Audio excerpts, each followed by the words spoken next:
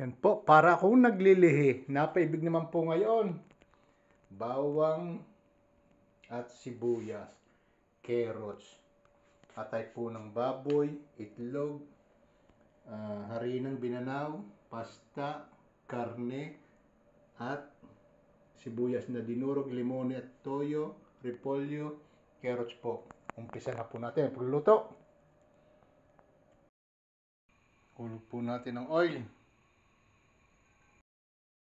Hulog po muna natin yung karne. Yan.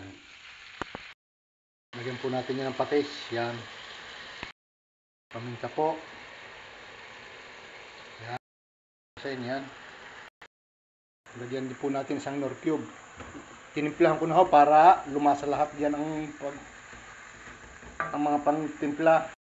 At hulog ko naman ang bawang at sibuyas. Yan. Halo lang pong ganyan. Hulog naman po natin yung atayan.